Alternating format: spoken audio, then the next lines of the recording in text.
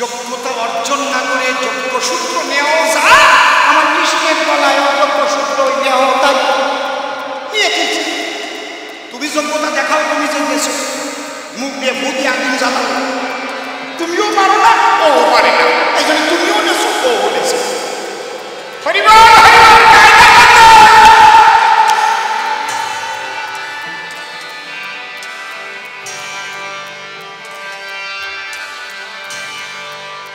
বড় যদি গান গায় তাহলে 2-4-5,000 10,000 মানুষ 2-3 ঘন্টা বসায় রাখতে পারে। তোমার ওই সুতো দিয়ে তুমি বসায় রাখতে পারবা না, পারবা না।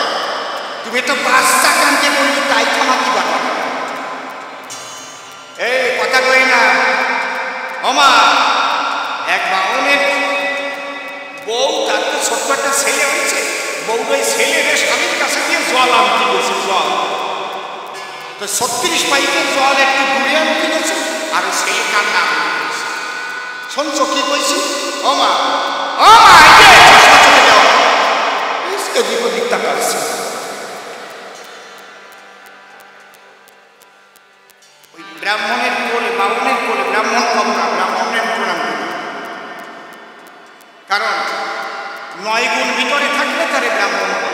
আমি ব্রাহ্মণকে অবমাননা করি না, কিন্তু একটাও গুণ নাই, খালি যারা সুন্দর বলে ঘুরে বেড়ায় তারা হচ্ছে জজাইয়ে বাউন বলে কয়। তা ওনারে বউ ওই ছেলে বলে দিয়ে জল আনতে গেছে, তা ওই কলটা একটু মেলা বলে, ও মা কথা বলে না, একই বড় বড় বারান্দা পাইছে, চুপ করে বসে পড়ো, ওনার একটু বসতে দাও, দুটো মানুষ আইছে, একটু মায়া মমতা না, কেন কোলের মধ্যে টানিয়ে নিয়ে বসাতে পারবে না? ও মা তোমার কেউ বসতে না দেয়, তুমি উপরে আসো, বসতেই দেয়, আর না আসো তোমার কোলে নিয়ে আজকে গান গাও।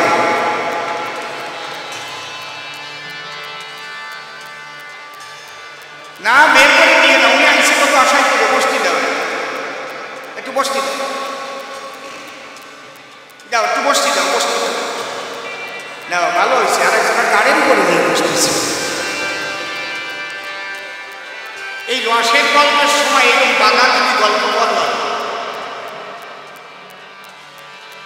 এই তোমরা পাও ওই মেলায় বলছো, ওই জায়গায় একটু পাও ছড়াই হয়ে তো একদম।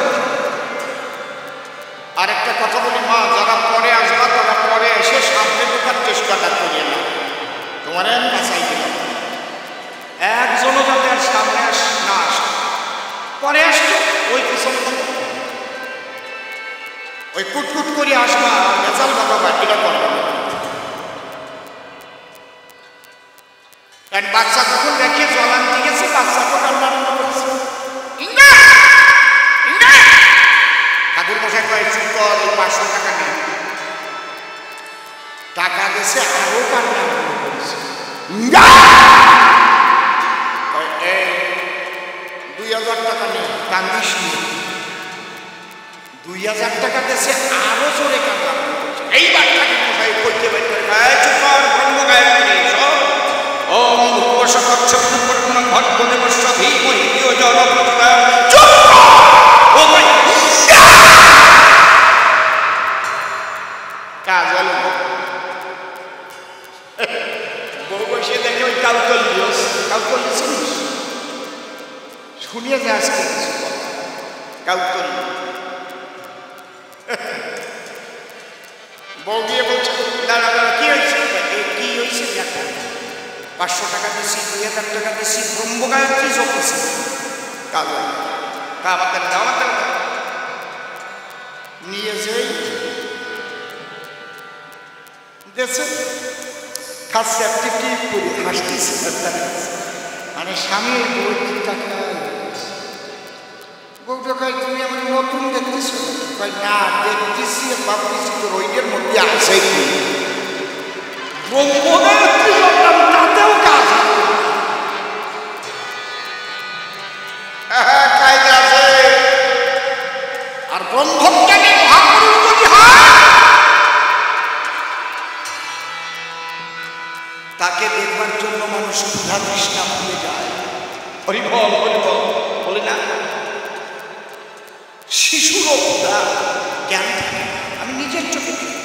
তাদের বসে তাদেরও তো ইচ্ছা করে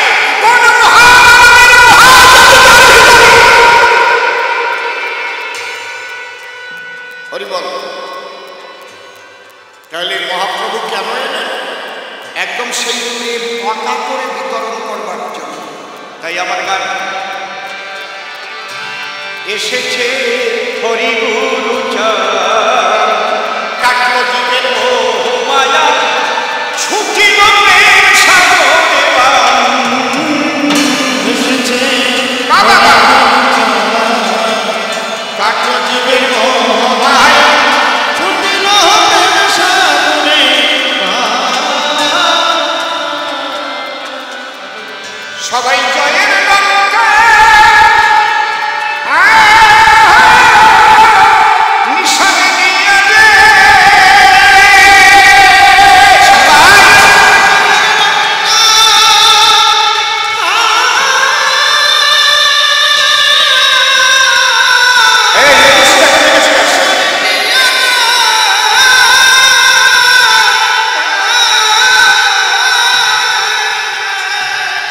এসো গাই হরি গুণগান, এসো গাই হরি গুণগান।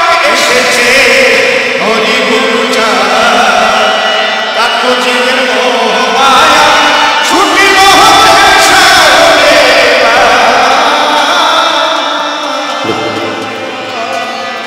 হরি মোর ক্ষীরদের সাই ব্রজেতে ছিল কানাই, নদিয়ায় হলো নিমাই সেই রাধা প্রেম করিবার গান। ও তার মায়ের সত্যে করার ছিল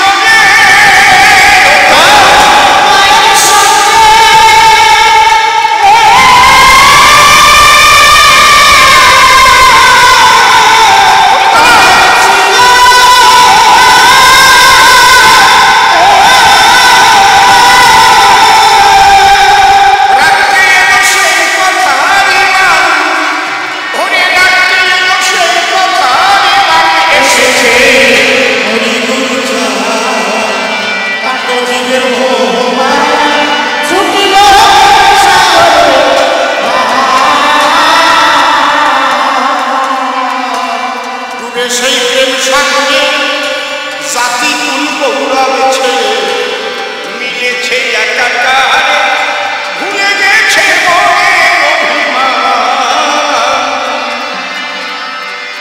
হরি হে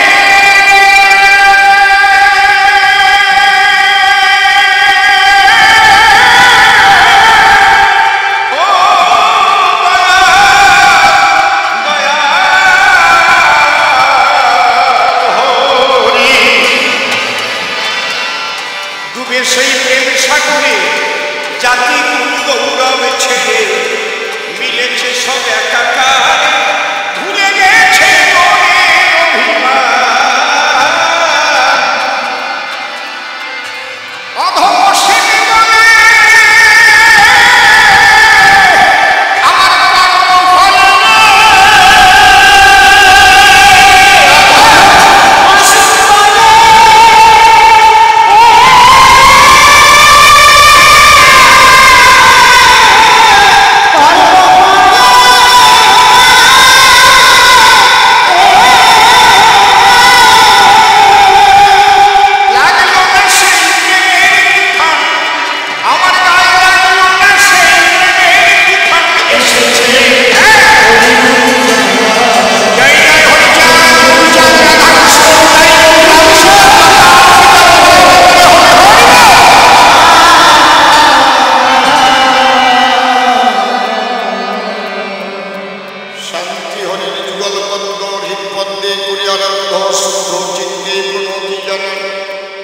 সাধুগুরু বৈষ্ণব হেরিয়ার যত পুরুষ নারী আমার ভক্তিপূর্ণ প্রণাম গ্রহণ করিবেন। মনরে একবার হরি বল নাম দুর্বলের বল নাম কি আছে বল ভব সংসারে, যেজন করে হরি চিনতে হরি করে তার চিনতে অন্তে জীবকে নিয়ে যায় সে ভব সিন্ধু পান। তাই বলি মন রসনা যে বিষয় বাসনা খেলে শোনার উপাসনা করো সার, ওই যে হরি দীনবন্ধু পাইলে তার কৃপা বিন্দু ভব সিন্ধু সেদিন হবি পার। মনশিক্ষা করে সায় এবার যাব ভূমিকায়। আগেই এ সভায় শুনেছেন পালার সমাচার। আমার বিপক্ষ কবি যিনি যোগানন্দ ব্রহ্মচারী নাম ধরে তিনি আমাকে নিদানি করেছে আচার্য মহানন্দ হালদার। তবে চিন্তা করুন নরনারী, অত বড় ভূমিকায় কি আমি কথা বলতে পারি? তার সেই শক্তি ভক্তির রেশ মাত্র আমার মধ্যে নাই। তথাপি গাইতে গেলে কবিগান যে ভূমিকার বলিদান, সেই ভূমিকায় সমাস্থান আমরা চারণ কবিরা গাই। কারণ এটা হচ্ছে কাব্যের অভিনয়। যে ভালো না করতে পারে সে কবি নয়। এরা সঙ্গে সঙ্গে কথা কয় সর্বক্ষণ। ছন্দ পতন হলে কবি হয় না সে কালে। ছন্দে বিচরণ করিলে তারে চারণ কবি বলে দেয় করি জয়। এইবার অন্তরে আমার আছে ভাবো, আমি সেই ভূমিকার মধ্যে পদার্পণ করব। তার আগে হেনভাব মনে জানে বন্দনা করি আচার্য মহানন্দ হালদারের নাম চরণ। হে আচার্য মহানন্দ হালদার, আমি নিবেদন করি তোমার ধার। তুমি কৃপা করে গ্রহণ করো এবার এই নরাধমের হৃদয় আসো। তুমি আমার হৃদয়াসনে বসে হরি কথা রসা ভাসে বিকাশ করো সভা পাশে, যাতে ভক্তগণের হৃদয় হয় আনন্দ বর্ধন। আমি তারপরে দিলাম ভার, তারে করলাম কর্ণধার, তারপর সিন্ধু হবার অন্তরের একান্ত আকিঞ্চন। এইবার অসীম নামটি পরিহরি মহানন্দ হালদার নাম ধরি বসে শোনেন নরনারী হরির কথা করি আলাপ। তবে সুন্দর হয়েছে সভার সভাখানা মনোলোভা, বসেছেন যেন দেবী দেবা। আবার কিছু কিছু জটিলা টুটিলাও আমি করি দর্শন। বলে বলি আপনাদের কাছে ওরা টুকটাক টুকটাক একটা ম্যাটটা কথা কথি তালেই আছে, যার তালে সে নাচে। আমি কতবার করিলাম বারণ, চরণ ধরে করেছি মানা, আপনারা কেউ কথাবার্তা বলবেন না। কেন কথা বলবেন অকারণ? শুনতে এসে কবি গান, আপনি কথা বলবেন কেন? আমার দিকে রাখবেন কার? যে অসীম সরকার কি করে আলাপন। এইবার বাড়ির টান হলে পরে আস্তে উঠে চলে যাবেন ঘরে, আপনজনকে নিয়ে খাটের পরে করিবেন স্বয়ং। তাকে তো আর বাধা নাই, কিন্তু আমি নিবেদন জানাই যতক্ষণ থাকবেন এই আসরের ঠাই নীরবতা পালন করে থাকবেন সর্বজন। এর চাইতে আর বেশি কথা আমি বলতে পারি না সবার কথা। এতে যদি দিব্যতা করতে পারে অনুধাবন, তাহলে চুপ করে থাকবে বসে। আমি বলবো রসা ভাসে, পরে কথা যদি বলে শেষে যার যার মতো তার তার ফল সে ভোগ করবে। হরি বল। এবার মনের কথা তুলে বই, আমি অসীম সরকার নই, মহানন্দ হালদার হরি সবারই সভা। প্রণামীয় সেই মহাজনের পায়ে দিয়েছি তার ভূমিকায়। যোগানন্দ ব্রহ্মচারী সভায় প্রশ্ন 8খানি করেছে উত্থাপন। প্রশ্ন করেছে 8খানি, বসে শোনেন জ্ঞানী বলি। আমি প্রথম থেকে আলোচনা টানি, আপনারা শোনেন সুবিধন। ডাক দিয়ে বলে আমার ঠাই, যদিও ব্যাখ্যাটা এখানে সে দেয় নাই, যে মূলত আমাদের ধর্মের নাম ছিল সনাতন। এই সনাতন ধর্ম আমরা জানি তাহার ধর্ম পরবর্তীতে ওই যে সিন্ধু নদের উপকূলবর্তী এলাকায় যারা বসত করত মহান্তর, সেখান থেকে হিন্দু নাম হয়েছিল নামকরণ, তাই তো? তাহলে আমরা আগে সনাতনী ছিলাম, পরে আমরা হিন্দু বলে পরিচয় পেলাম। তাও সেন্সাসে সবাইকে হিন্দু মেনে নেয় নাই কদাচর। বলে বলি আপনাদের কাছে বেশ খানিকটা গণ্ডগোল কিন্তু সেন্সাসের মধ্যে আছে। 1931 সালের যে সেন্সাস আপনারা একটু করবেন অধ্যয়ন। দাঁড়িয়ে বলি সবার ঠাই, তথাপি আমরা হিন্দু নামেই পরিচয় পাই, কিন্তু মূল ধর্ম আমাদের কি? সনাতন। পরিষ্কার পরিচ্ছন্ন করে ব্যাখ্যা করে বলবে সবসময় কাব্য সভা করে। কবিগান শুনবার পরে অনেক জ্ঞানী কবিরা নিয়ে থাকেন আসে, সুন্দরভাবে বিশ্লেষণ হলে বুঝতে পারে সকল। তাই না হলে সনাতন ছিল, তারপরে নাম হিন্দু হল। সেই হিন্দু নাম বহন করে চলেছে সর্বজগ। কিন্তু যখন হরিচাঁদ এলো, তখন গোসাই তার লীলাগ্রন্থ লিখেছে, হরি লীলামৃত বলে যারে সর্বজগ, তাই তো? খালি কথা নয়, অসংখ্য আকর গ্রন্থ হরি লীলামৃত। ও সব খাটি খাটি যথাযথ প্রশ্ন করেছে উত্থাপন। আমার কাছে বলেছে নাকি যে ওখানে একটা জিনিস আমি লেখা দেখি, ওই লেখা দেখে ভ্রান্তিতে ধরেছে আমার মন। কি? মানব কুলে আসিয়া যশবন্ত সুখ হইয়া জন্ম লইয়া সকলা নগরী প্রচারিল গুরুধর্ম সূক্ষ্ম সনাতন ধর্ম জানাইল এ জগৎ ধর্ম। খালি সনাতন ধর্ম আগে ছিল, পরে যখন হিন্দু হইল, কারণ গোসাই হরি লীলামৃতে কেন সূক্ষ্ম শব্দ আবার সংযোজন পাইল, এইটা তিনি করো বিশ্লেষণ। তিনি তো বলতে পারতেন যে মানব কুলে আসিয়া যশবন্ত সুখ হইয়া জন্ম লইয়া সকলা নগরী প্রচারিল গুরুধর্ম আদি সেই সনাতন ধর্ম নাকি জানাইল এ জগৎ ধর্ম।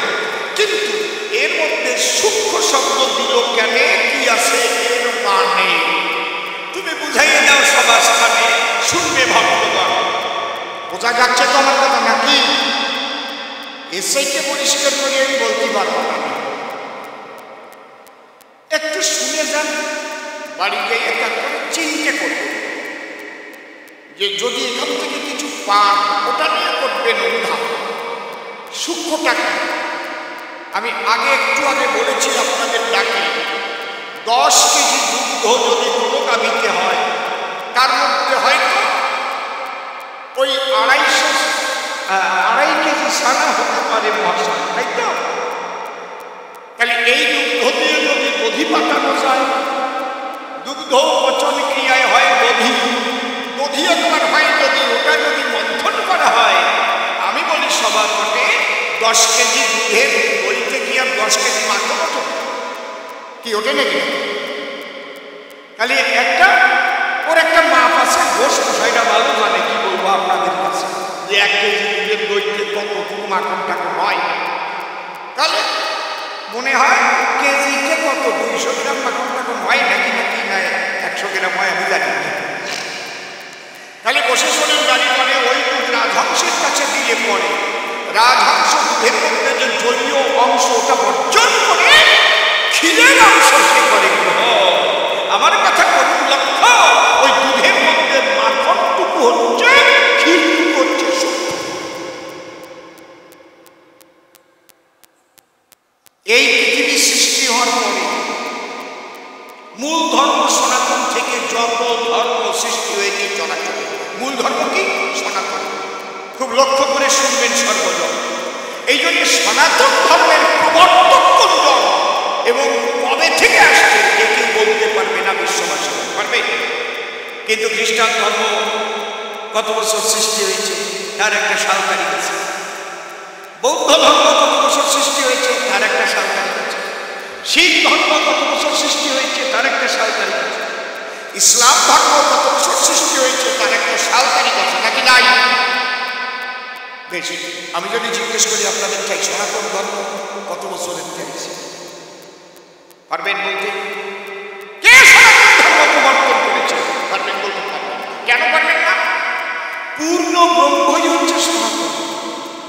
সনাতন মানে শাশ্বত, যা ছিল, আছে, থাকবে সর্বক্ষণ, তাই হচ্ছে সনাতন। বিজ্ঞান নিয়ে যারা পড়াশোনা করে বসে আছে, নিয়ে আসলে শক্তির নিত্যতা সূত্র বলে জানে, সে এমন একটা শক্তি যার ভয় নাই চলাচলে, বুদ্ধি নাই চলাচলে, শুধু শক্তির ট্রান্সফার হবে, নাকি বুঝতে পারেন? সেই শক্তি এখানে কি বলছেন সনাতনের ডেফিনেশনে? যদেকং নিষ্কলং ব্রহ্ম উমাদিত নিরঞ্জনম অপ্রত্যক্ষম অবিজ্ঞম বিনাশোৎপত্তি পরিবর্জিত। দেখেছেন বিজ্ঞানের সূত্র কোথা থেকে নিয়েছে?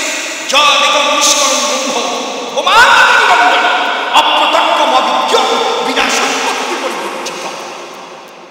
খুলে বলি আপনাদের কাছে, আমাদের ঋষিদের সাধনার সম্পদ পরবর্তীতে কিন্তু বৈজ্ঞানিকরা সেটাকে নিয়ে অ্যানালাইসিস করেছে। জার্মানিরা আমাদের ঋষিদের লেখা সমস্ত শাস্ত্র গ্রন্থ জার্মানি নিয়ে গেছে। ওরা ভারতবর্ষের কোনো সম্পদ এখান থেকে নেয় নাই। ব্রিটিশরা এসেছিল, ভারতের ধন সম্পদ মণিমাণিক্য তারা নিয়ে চলে গেল, কিন্তু জার্মানিরা আমাদের পুরানো গ্রন্থগুলো নিয়েছিল। এই জন্য জার্মানি ওষুধের দাম সবচেয়ে বেশি। কেন?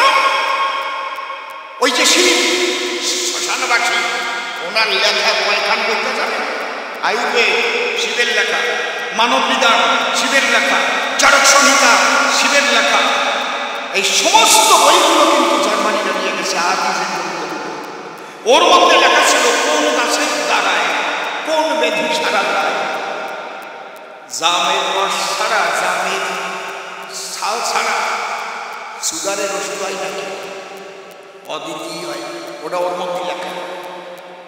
এই যে চরক সংহিতা, অবশেষণের বিজ্ঞতা, মানব বিধানের কথা, আগে পুরোপুরিটা বলতো না দে নিদিয়ানের শেষ কাল বছর, মনে আছে? বলতো না নিদিয়ানের শেষ কাল বছর, এটা মানব বিধানে লেখা আছে। কোনো একটা মানুষ মরে যায় চায়, একেবারে মরবেই সুনিশ্চিত হয়, তারে 3-4 ঘন্টা বাঁচায় রাখা যায় যদি তাল মশলার রস খাওয়া হয়। ওইটা দিয়ে কোরামিন ইঞ্জেকশন তৈরি হয়েছে। মানে কচি তাল গাছ ওইটাদের কাজে একবারে ভালো করে কুচে কাছে তুলে ওর যে করে ডগা ফেলতে ফেলতে একবারে মূল যে থাকে না শিপা, ওইটে বাইটে কাপখান খাওয়াই গেলে ঘন্টা চারিকে বলতে পারে। এই জন্য মরে যায় যায় এই অবস্থায় কোরামিন দেয়, ওই রসের থেকে কোরামিন সৃষ্টি হয়। বোঝা যাচ্ছে? তাহলে আমাদের সেই সনাতনী কথা, অবশেষণের বিজ্ঞতা, সনাতন হচ্ছে ব্রহ্মের ধর্ম। সনাতনী ব্রহ্ম, ব্রহ্মই সনাতন। তাহলে ব্রহ্মের ধর্ম কি? আনন্দ, আনন্দময় ব্রহ্ম। আনন্দ ধে মানে মানে ভূতানি জায়ন্তে। এ কথা দরকার জানা। আমরা প্রতিটি জীব সেই পরম ব্রহ্মের কণা, অমৃতের কণা।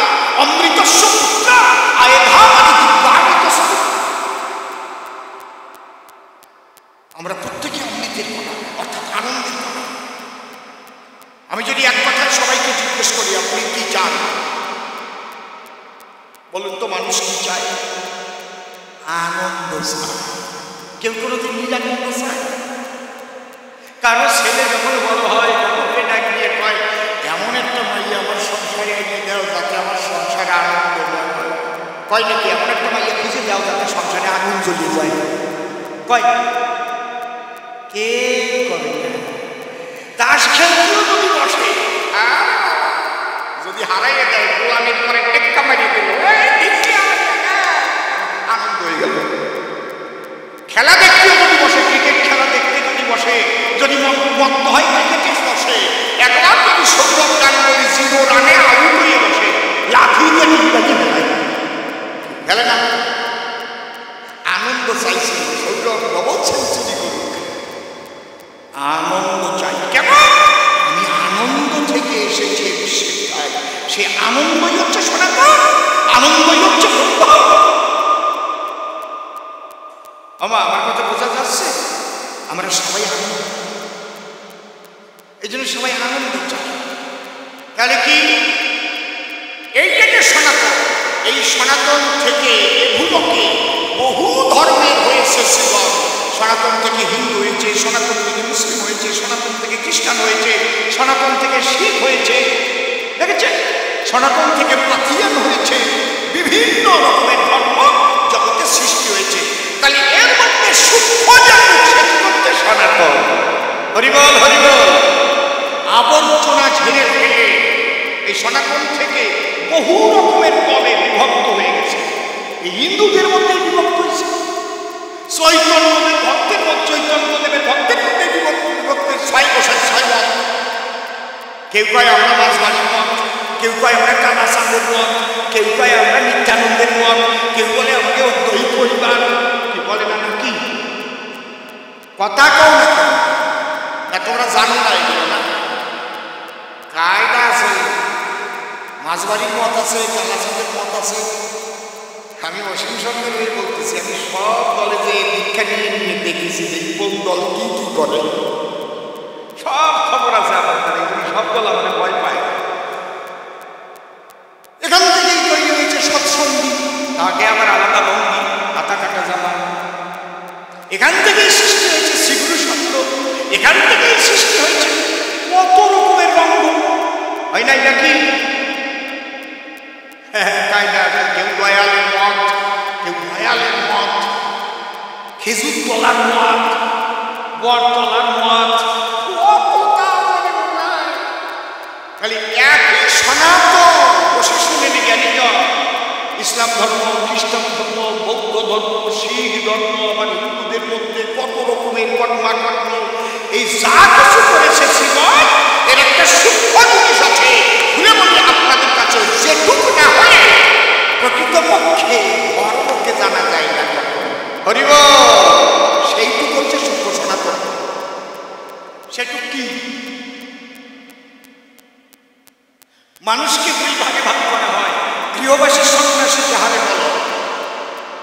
তাহলে সন্ন্যাসীদের কথা যদি আমি বলতে যাই, সারা পৃথিবীতে 700 কোটি মানুষ হলে বসে শোনেন জ্ঞানী দলে, তার মধ্যে তো 5 কোটিও সন্ন্যাসী নাই আছে।